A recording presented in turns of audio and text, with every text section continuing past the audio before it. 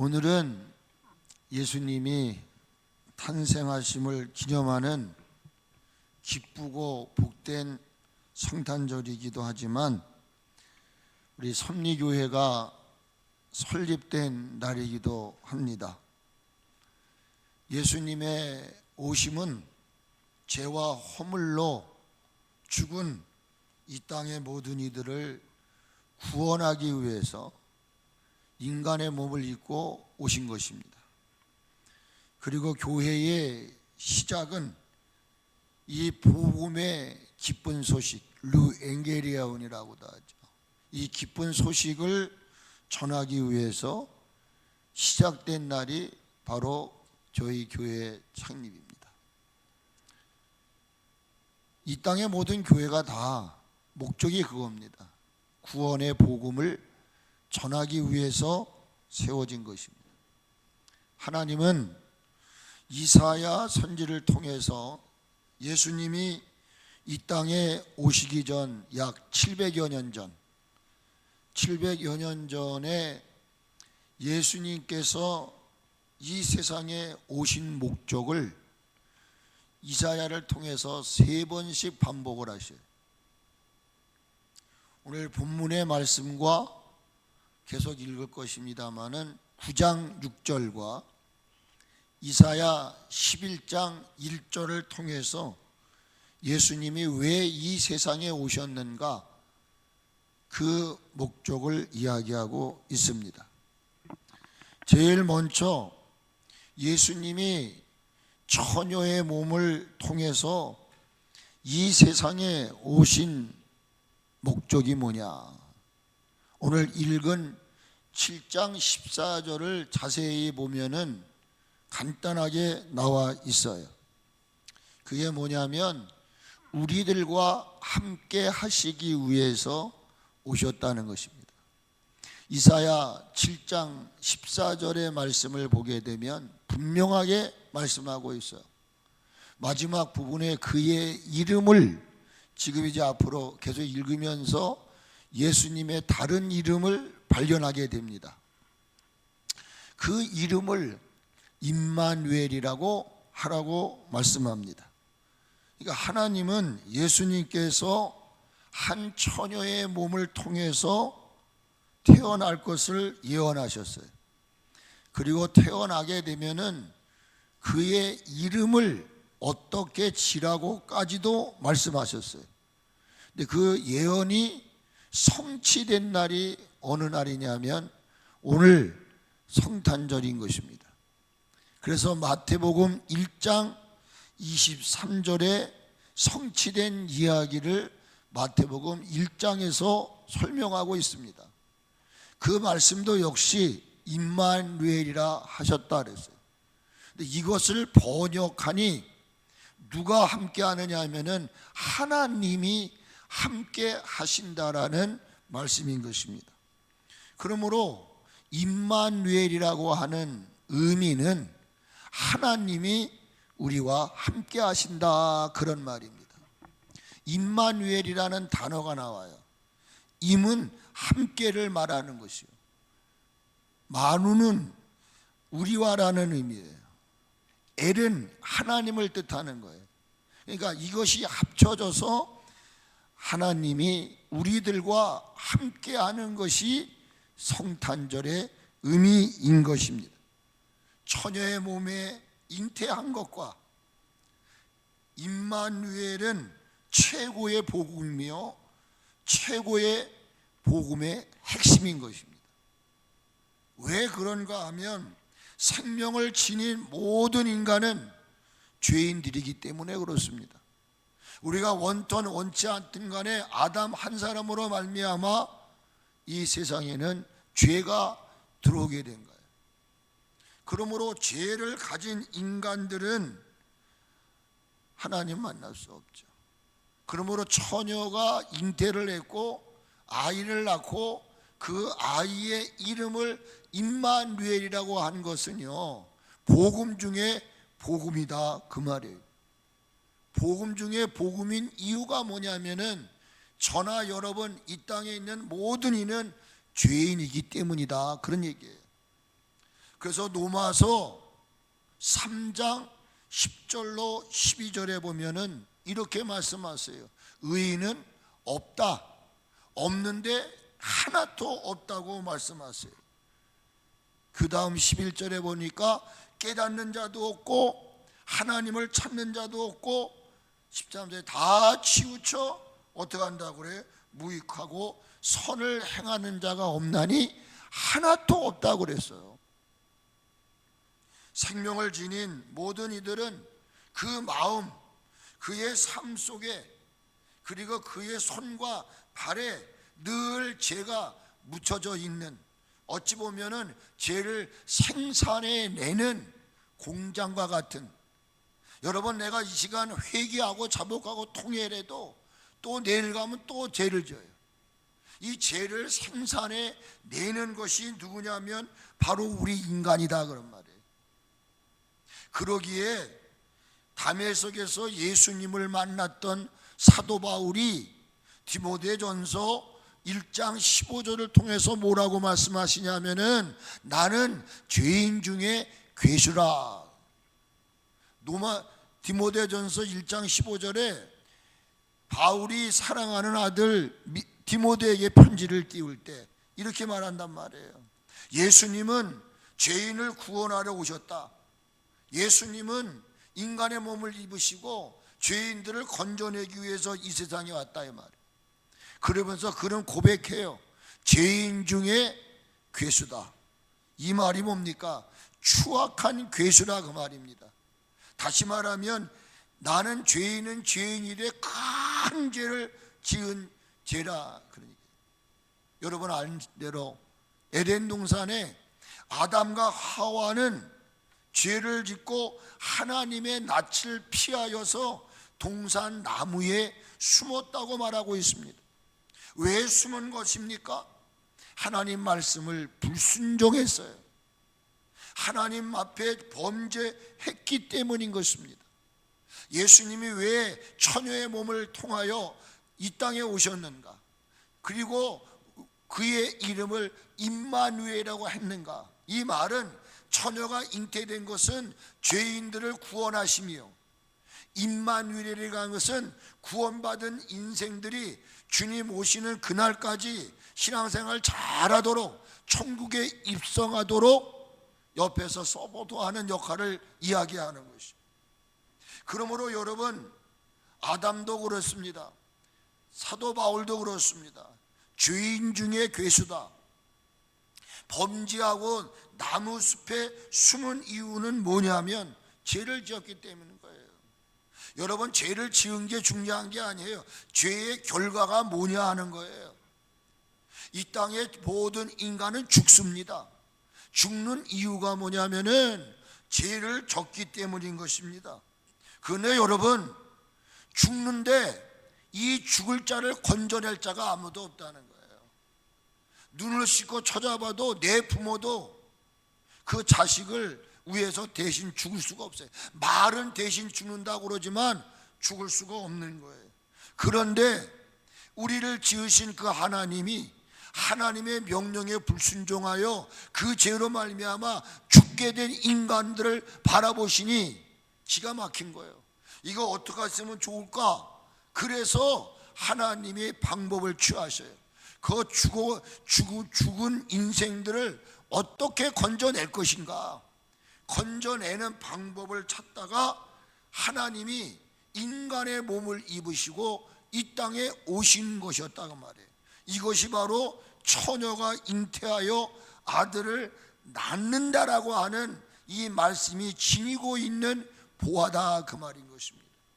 요한복음 1장 14절에서 뭐라고 말하냐면 말씀이 육신이 있다. 말씀은 하나님을 말하는 거예요. 하나님이 우리 같은 몸을 입고 오셨다는 거예요. 왜 오셨느냐? 우리 가운데 뭐 하시기 위해서? 거하시기 위해서. 중요한 단어입니다. 거하심이라고 하는 단어는 매우 중요한 것입니다. 이 거하신다는 말은 구약에 이스라엘 백성들이 젖가꾸리 이르는 가나안 땅을 향하여 갈 때에 광야의 길을 걸어갔어요. 광야의 길을 걸어가는데 그때에 여러분 이스라엘 백성들은 보호자가 필요한 거예요. 돕는 자가 필요했던 거예요. 광야의 길을 걷고 있는 이스라엘 백성들을 위하여 하나님께서 그들의 삶의 한 복판에 성막을 치시는 거예요. 하나님의 임재를 뜻하는 거죠. 그래서 성막을 치시고 구름기둥 불기둥으로 그들을 이끄셨다 그 말이에요.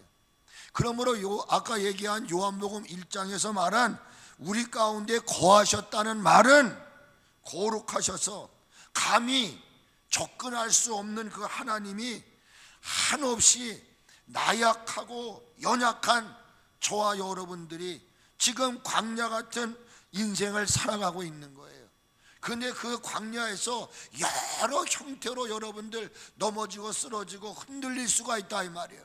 그런데 그 하나님이 내 인생의 한 복판에, 내 목회 현장 한 복판에 텐트를 치셨다 이 말이에요. 성막을 치시고 같이 한번 하세요. 나도, 같이 한번 하세요. 나도 너희와 같이 살겠다, 이렇게 개입하신 거예요. 그러므로 성탄절은 다른 날이 아니에요. 내 인생의 삶 중심에 주님이 들어오셔서 내가 너와 함께 할게, 내가 너 지켜줄게, 내가 너 보호할게. 그러므로 여러분, 예수님이 이 땅에 오셔서 우리 가운데 거하신 성육신 임마누엘은요 어마어마한 복이 아닐 수가 없다고 말입니다.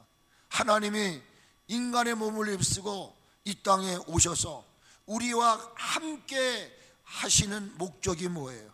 인도하시고 협력하시고 도우시되 세상 끝날까지. 저는 요즘에 그런 기도 많이 드려요. 제가 언제 어떻게 될지는 모르지만 내 마지막 순간 제 입에서 아멘 하고 주의 품에 안기게 해달라는 기도를 드립니다. 여러분, 거하셨다는 말은 내 인생의 삶의 중심에 오셔서 그분이 끝까지 지켜주시겠다는 거예요. 그래서 마태복음 복음의 결론이 뭐예요? 마태복음 28장 20절에서 뭐라고 말하냐면 내가 세상 끝날까지 너와 항상 함께해 주실 것이다. 할렐루야. 그러므로 임마누엘의 축복이라는 것은 함께 하셨다는 의미보다 더 진한 의미를 노마서에서 설명하고 있어요.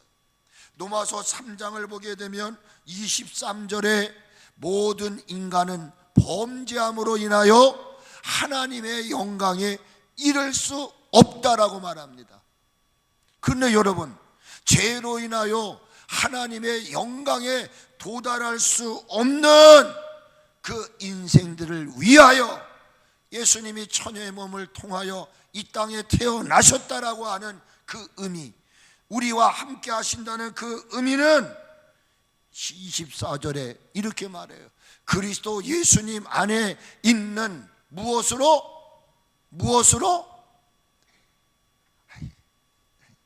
그리스도 예수님 안에 있는 무엇으로? 속량, 죄사함. 이 속량은 단순한 단어가 아니에요. 예수님이 십자가에 못 박혀 죽으심으로 속량을 받은 거예요. 속량. 그러므로 여러분, 그분이 우리의 곁에 계셔서 임마누엘 하시는 복이 뭐냐? 죄로 말미암아 하나님의 영광에 이룰 수 없는 존재들을 예수님이 대신 십자가에 못 박혀 죽으심으로 말미암아, 속량으로 말미암아 하나님의 은혜로 값없이 뭐 했다고요? 하늘나라는 의롭다함을 얻은 자만 가는 거예요. 부자도 잘생긴 사람도 마음 착한 사람도 갈 수가 없어요. 의롭다함을 얻은 자들이 소유할 수 있는 것이 바로 뭐냐? 천국이고, 그것이 여러분 은혜인 줄로 믿으시기를 바랍니다. 그러므로 기독교의 작가였던 맥스 루케이는 이런 이야기를 합니다. 하나님은 하늘의 계단을 만들어 놓고 우리에게 올라오라 하지 아니하시고, 하나님이 친히 직접 계단을 만드시고 그 계단을 내려와 우리 곁에 섰다라고 이야기하는 거예요. 하나님은 우리를 부른 게 주님이 친히 우리 가운데 오셔서 우리와 함께하고 계시는 줄로 믿으시기를 주의 이름으로 축복합니다. 오늘도 여러분 내 인생의 한복판에 임마누엘 하고 계신 예수님을 눈이 열려 볼 수 있기를 주의 이름으로 축복합니다. 그러므로 어떠한 일이 있어도 하나님이 나와 함께 하심으로 승리할 것을 믿으시기를 주의 이름으로 축복합니다. 할렐루야. 두 번째로는 예수님이 처녀의 몸을 입고 이 세상에 오신 목적은 뭐냐? 이사야 9장 6절을 보겠습니다. 이사야 9장 6절을 보게 되면 그 말씀 가운데 어떤 얘기가 나오냐면은 평강의 왕이라 이렇게 말해. 이는 한 아이가 우리에게 낳고 한 아들을 우리에게 주신 바 되었는데 그 어깨에는 정사를 맺고 그 이름은 기묘자라 모사라 전능하신 하나님이라 영존하시는 아버지라 평강의 왕이라 할 것이다. 평강의 왕이라 말이에요. 그러므로 예수님이 나와 함께 하심을 믿는 자들은 마음에 평안함이 있는 줄로 믿습니다. 교회를 다녀도 내가 예수님을 믿어도 불안, 초조, 두려움, 걱정, 근심, 염려하는 사람은 거짓말쟁이에요. 아직도 그는 하나님이 함께하지 않는 거예요. 하나님이 함께하는 것을 믿는 자에게 주시는 두 번째 축복이 뭐냐? 평안을 주시기 위한 거예요. 그래서 예수님이 처녀의 몸을 입고 이 땅에 오신 목적이 뭐냐? 우리에게 평안함을 주시려고 오신 줄로 믿으시기를 축복합니다. 하나님은 이스라엘을 통해 한 아이가 태어날 것인데 그 이름을 뭐라고요? 평강의 왕이라 이렇게 지라고 해요. 여기서 말하는 그 아이, 한 아이는 누구를 말합니까? 예수 그리스도를 말하는 것입니다. 그러므로 예수님의 또 다른 이름은 평강의 왕이라고 하는 의미를 가지고 있다 그 말입니다. 평강이라는 게 뭐예요? 평강이라는 말은 히브리어로는 샬롬을 뜻하는 것입니다. 이 샬롬이라는 말은 평화, 회복, 완전함, 온전함을 의미하는 거예요. 여러분 이 시대적 배경을 보면은 이사야가 이 예언을 할 때에 당시 이스라엘 백성들은 극심한 전쟁으로 인해서 공포와 불안과 두려움에 떨고 있었습니다. 아수르의 군화 발자국 소리가 귓전에 들려옵니다. 이후에 신생 강국이었던 바벨론이 그 힘을 키워 모든 것들을 진멸하는 그런 극한 상황 속에서 이 말씀이 들려지는 거예요. 이 극한 상황 속에서 그들이 갈망했던 건 무엇입니까? 여러분 힘들고 어려울수록 우리가 갈망하는 건 다른 것 아니에요. 평안함을 원합니다. 근심 걱정 염려 없는, 그래서 야베스의 기도 중에도 우리에게 환난과 근심을 벗어나게 해달라 이런 기도를 드리는 거예요. 극한 상황 속에서 그들이 원했던 것은 진정한 평안을 원하는 것입니다. 세상이 주는 평화가 아니라 영원히 주는 평화를 원하는 것입니다. 여러분 안에는 평안이 있으십니까? 오늘 우리가 이 세상을 살아가다 보니 점점점 우리 마음이 쪼여와요. 뭐 국가보안법 폐지법, 또 뭐 포괄적 차별금지법이 통과가 됐다. 지금 여러분 우리 기전에 들려지는 이 사회적 현실을 보면요 두려운 것밖에 없어요. 세상의 왕들과 힘 있는 자들은 더 큰 칼과 창으로 권력과 물질을 앞세워 우리를 누르고 자기네들만의 평화를 누리려고 할 뿐입니다. 이때 이사야는 진정한 평강의 왕이 오실 것을 선포하신 것입니다. 그러므로 여러분 아까 말씀드렸던 대로 평강이라는 것은 샬롬이에요. 이 샬롬이라고 하는 말 가운데 중요한 핵심이 뭐예요? 온전함, 완전함을 말하는 거예요. 당시에 이 샬롬이라고 하는 말은 전쟁을 그치게 하는 게 아니에요. 잠시 그치게 하는 것이 아니라 모자란 것을 채워주시고 잃었던 것을 회복하게 하시는 원상태로 바꾸어 주겠다. 그게 뭐예요? 평안함을 주시겠다는 거예요.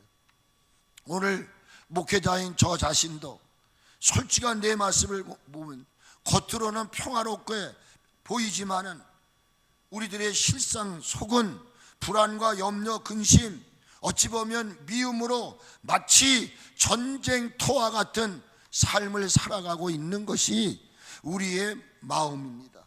그런데 이러한 마음의 심령에 누가 과연 참된 평안함을 여러분 동료가 줄 수가 있는 게 아니에요. 바로 평강의 왕으로 오신 예수님만이 우리의 마음 속에, 우리의 이 민족 속에, 우리의 교회 속에, 우리의 가정 속에 진정한 우리가 바라는 평화를 주시는 좋으신 분인 줄로 믿으시기를 주님의 이름으로 축복을 합니다. 예수님이 탄생하던 그날 베들레헴 들판에서 양을 지키던 목자들이 선포합니다. 누가복음 2장 13절로 14절에 보니까 이 베들레헴에서 양을 지키고 있던 목자들의 고백을 들어보십시오. 13절에 보니까 호련히 수많은 천군이 그 천사와 함께 하나님을 찬송하여 이르되 14절 보세요. 같이 읽어요. 14절 같이 읽어요. 시작. 지극히 높은 곳에는 하나님께 영광이요 땅에서는 하나님이 기뻐하시는 사람들 중에 뭐라고요? 평화로다. 평화로다. 할렐루야. 그렇습니다. 오늘 우리는 저 예수님이 예루살렘을 입성했을 때에 단순한 빵의 문제를 해결하는 것이 아니라 진정한 평화를 원했던 것입니다. 천사들은 초라한 구유에 누운 아이를 보는 순간 저분만이 진정한 평강을 주실 분이다. 우리에게 온전한 기쁨을 주실 분이라는 사실을 고백한 것입니다. 그러면 여러분 생각하셔야 돼요. 아까 죽을 자를 살려낼 사람이 이 땅에 아무도 없어요. 그런데 예수님이 하나님이 인간의 몸을 입으시고 이 땅에 오셨다 이 말이에요. 왜? 우리를 살리시려고 죄로 인해 불안과 초조 속에 떨고 있는 인생들에게 그 죄의 몸에서 자유를 주는 그 히브리서에 보면 나와 있어요. 일평생 죄로 인하여 죽음의 권세 앞에 덜덜덜덜 떨고 있다 이 말이에요. 근데 예수님이 오신 목적은 뭐냐? 마귀의 일을 멸하려 왔다 이렇게 말씀하신단 말이에요. 그런데 여러분 기억하셔야 될 것이 있어요. 그게 뭐냐면은 예수님이 진정한 원하는 평화를 주시기 위해서 평강의 왕이 되신 그 근거가 뭐냐 이 말이에요. 예수님은 만왕의 왕이시요 영원한 왕이시요 우주의 왕이십니다. 그런데 그 예수님이 나심이 어떻다고요? 처녀의 몸에서 태어났다는 거예요. 이 말은 뭐냐? 자기를 낮추신 거예요. 저는 늘 기억합니다. 유대 땅 베들레헴에 탄생하신 예수님이 우리에게 구원을 허락하실 예수님을 알았다면 그를 십자가에 못 박았을까요? 이거를 몰랐다는 말입니다. 오늘날도 여러분 진리를 모르기 때문에 죄를 짓고 진리를 모르기 때문에 남을 판단하고 비판하는 거예요. 근데 예수님이 만왕의 왕이신 그분이 여러분 자기를 낮추시고 가장 약한 자였던 아기의 모습으로 이 땅에 태어났다 이 말이에요. 그건 뭐예요? 죄의 결과로 인하여 죽음에 떨고 있는 불안에 떨고 있는 모든 이들이 안고 있는 삶의 문제를 해결해 주기 위해서 예수님이 처녀의 몸을 통하여 이 땅에 태어난 것을 믿으시기를 축복합니다. 여러분 이 세상 그 어떤 권세도 권력자도 죄와 사망을 이길 수 없어요. 국민의힘이 민주당이 어떤 대통령이 아닙니다. 내가 그를 지지할 수는 있어도 진정한 우리를 죄에서 구원해 낼 수 있는 분은 권세 권력자가 아니에요. 바로 죄의 권세로 인해 굳게 닫힌 죽음의 문을 활짝 여시고 부활하신 예수님만이 우리를 죽음의 권사에서 건져낼 수 있는 자이심을 믿으시기를 주님의 이름으로 축복을 드립니다. 그래서 죽음 가운데서 부활하신 그 예수님이 제일 먼저 찾았던 것이 어디입니까, 여러분? 요한복음 20장 19절의 말씀을 보니까 뭐라고 말합니까? 안식 후 첫날 저녁 때에 제자들이 유대인들을 두려워하는 거예요. 그래서 그들은 다락방에 모입니다. 모이고 문을 굳게 닫았단 말이에요. 접근하지 못하도록. 그런데 그 굳게 닫힌 문을 활짝 여시는 거예요. 누가? 부활하신 예수님이. 그리고 예수님이 그들 가운데 오셔서 그들에게 선포한 말씀이 뭐냐? 마지막 부분 같이 읽어요. 시작. 너희에게 평강이 있을지어다. 할렐루야. 여러분이 임마누엘 하신 하나님의 은혜를 믿습니까?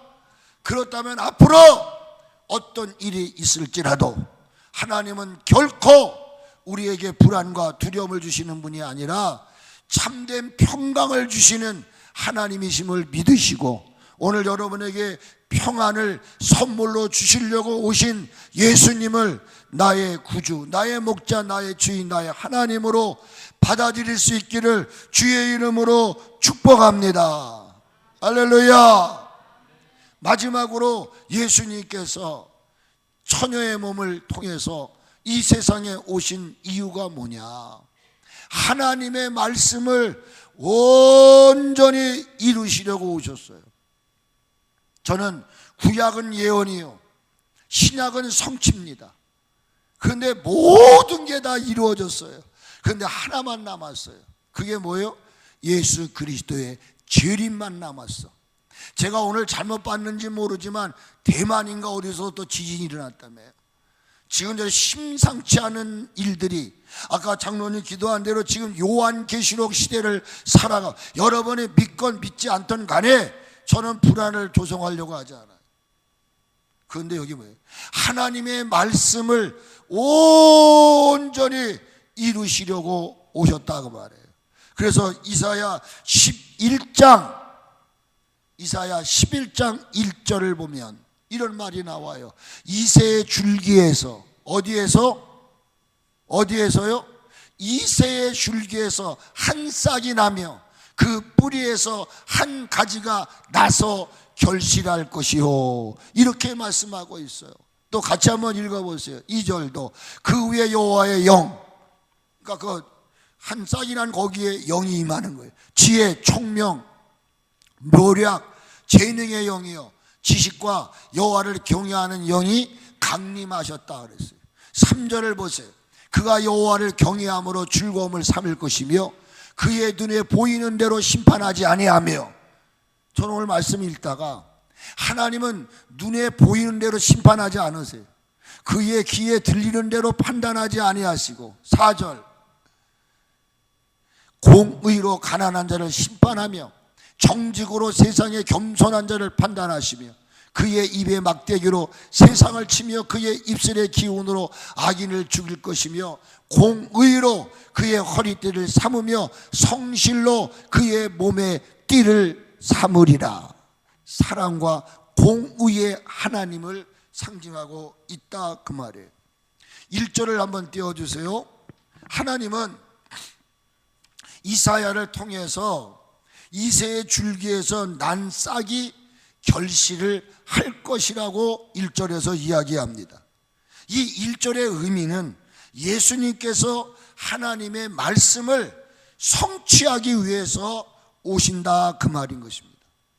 이사야가 이 말씀을 예언할 당시는요, 시대적 상황으로 보게 되면 마치 거대한 나무가 지난주에 나무가 도끼가 나무에 찍혔다 그랬다. 거대한 나무가 도끼에 찍혀서 넘어지기 직전의 상황이에요. 직전. 곧 다윗 왕조의 영광은 사라지고 화려했던 잎과 가지는 다 잘라 나가버린 상태를 말하는 거예요. 그러니까 그 당시에 시대적으로 보면 남은 것이라고 하는 초라한 줄기, 곧 구루터기 뿐이었다, 그 말인 것입니다.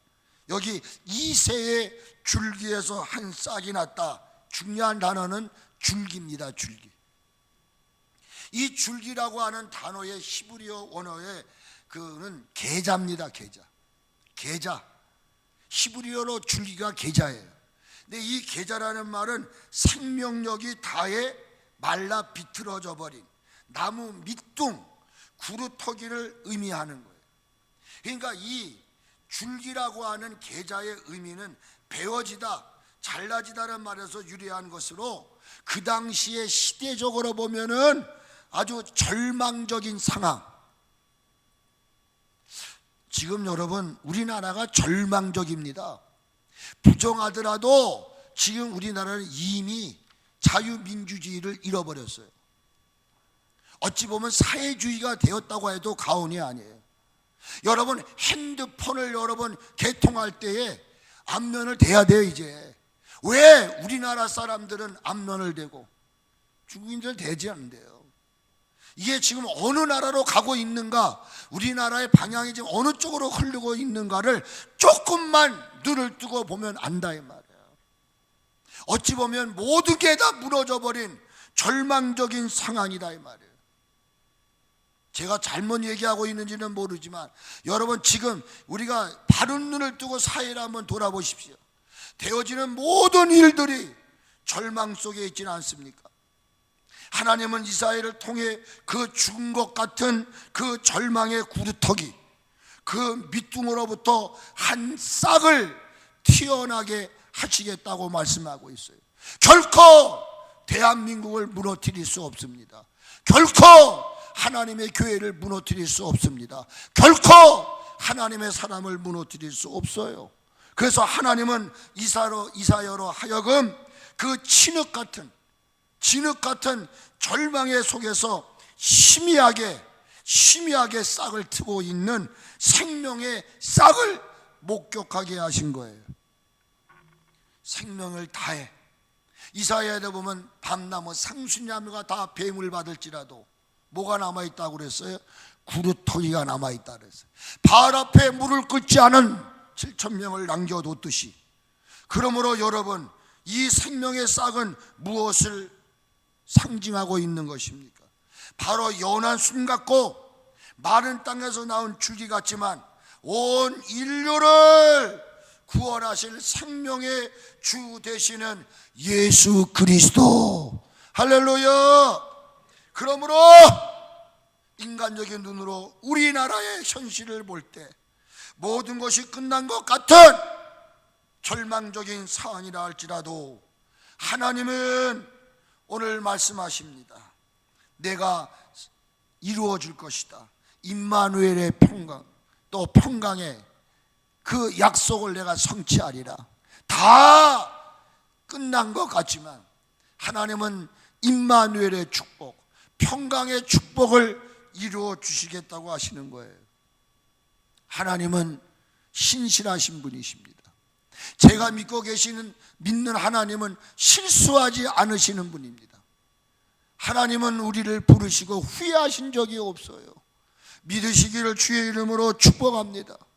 내가 믿고 있는 하나님은 약속하신 것을 반드시 성취하시는 분이신 것입니다. 히브리서 13장 5절에 이렇게 말씀합니다. 돈을 사랑하지 말라. 있는 바를 족한 줄 알라. 그가 친히 말씀하시기를 같이 읽어요. 시작. 내가 결코 너희를 떠나지 아니하고 버리지 아니하고 너희를 떠나지 아니하리라. 믿으시면 아멘. 그렇습니다.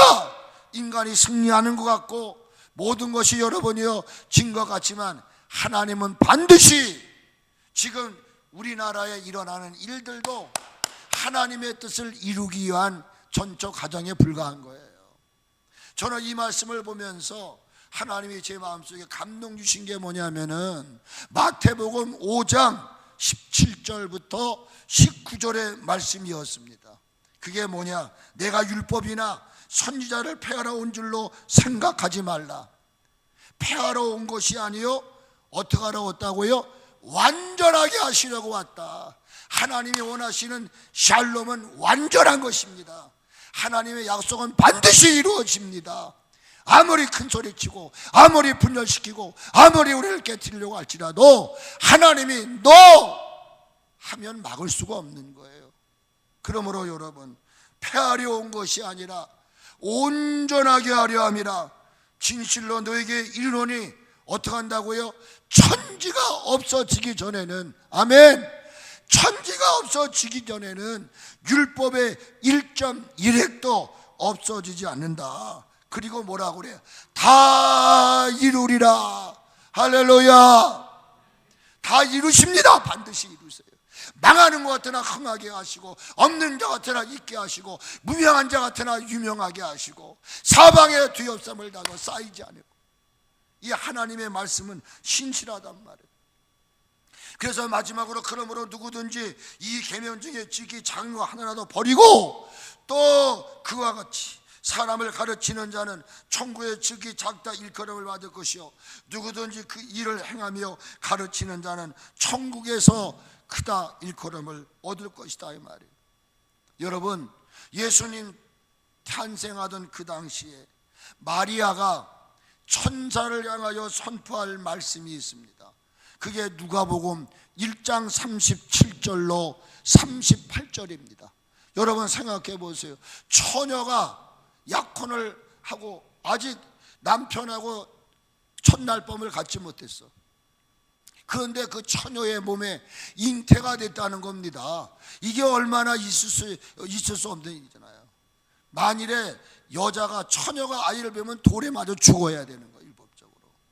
그런데 하나님이 그에게 말씀하시고, 너를 통해서 아들을 낳을 것이고 그의 이름을 임마누엘 하라. 그때 그 말을 듣고 이 마리아가 외치는 거예요. 그게 바로 누가복음 1장 37절로 38절의 말씀이란 말이에요. 같이 읽으세요. 대저 하나님의 모든 말씀은 능하지 못하심이 없느니라. 그러시면서 말해요. 마리아가 이르되, 38절, 마리아가 이르되 주의 여종이오니, 같이 한번 외칩시다. 시작. 말씀대로 내게 이루어지리이다. 아멘. 내 눈에 보이는 것 없고 내 귀에 들리는 것 없고 내 손에 잡히는 것 없을지라도, 내가 하나님 말씀을 믿지 못해도 하나님 말씀은 지금 1.1획도 변함없이 차곡차곡 이루어지고 있단 말이에요. 그러므로 이 마리아는 고백합니다. 말씀대로 이루어질 것을 믿습니다. 여러분, 말씀대로 이루어질 것을 믿습니다. 이것이 하나님 말씀은 반드시 이루어질 것을 믿는 믿음이라는 거예요. 이 성탄절 아침에 여러분이 하나님의 말씀, 하나님의 약속은 반드시 나를 통해 이루어진다는 사실을 믿을 수 있기를 주님의 이름으로 축복합니다. 하나님의 말씀의 실제는 이루어지는 거예요. 근데 이 성탄절은 구약에서 지금 7장 14절에 9장에서 11장에서 예언한 것들이 그대로 성취되어진 날이 오늘이다, 그 말이에요. 팀 켈러 목사님은 하나님은 약속을 어기지 않으시기 위해 자신의 아들을 깨뜨리셨다는 거예요. 하나님은 약속을 이루기 위해서 아들을 이 땅에 보내셨다, 그 말이죠. 종교 개혁자였던 마틴 루터는 이렇게 말합니다. 그리스도 밖에서 하나님을 찾으려 하지 말아라.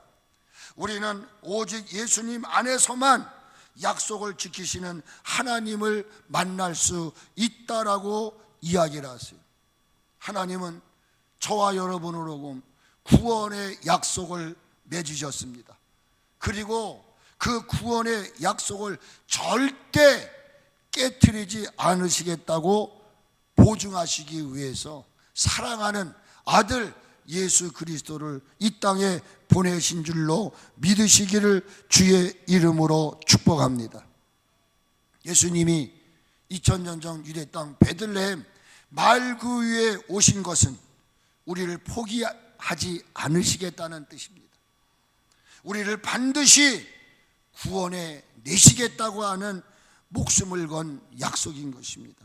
오늘 이 복된 성탄절, 하나님이 주신 모든 약속이 예수님 안에서 다 이루어질 것을 확신하고 자신감 있게 담대하게 여러분 평안 가운데 살아가는 여러분 되시기를 주님의 이름으로 축복합니다. 같이 한번 외칩시다. 예수님의 오심은 나와 함께 하시기 위해서, 나에게 평안을 주시기 위해서, 나에게 약속한 것을 다 이루기 위해서 오셨습니다. 같이 한번 선포합시다. 하나님 감사합니다.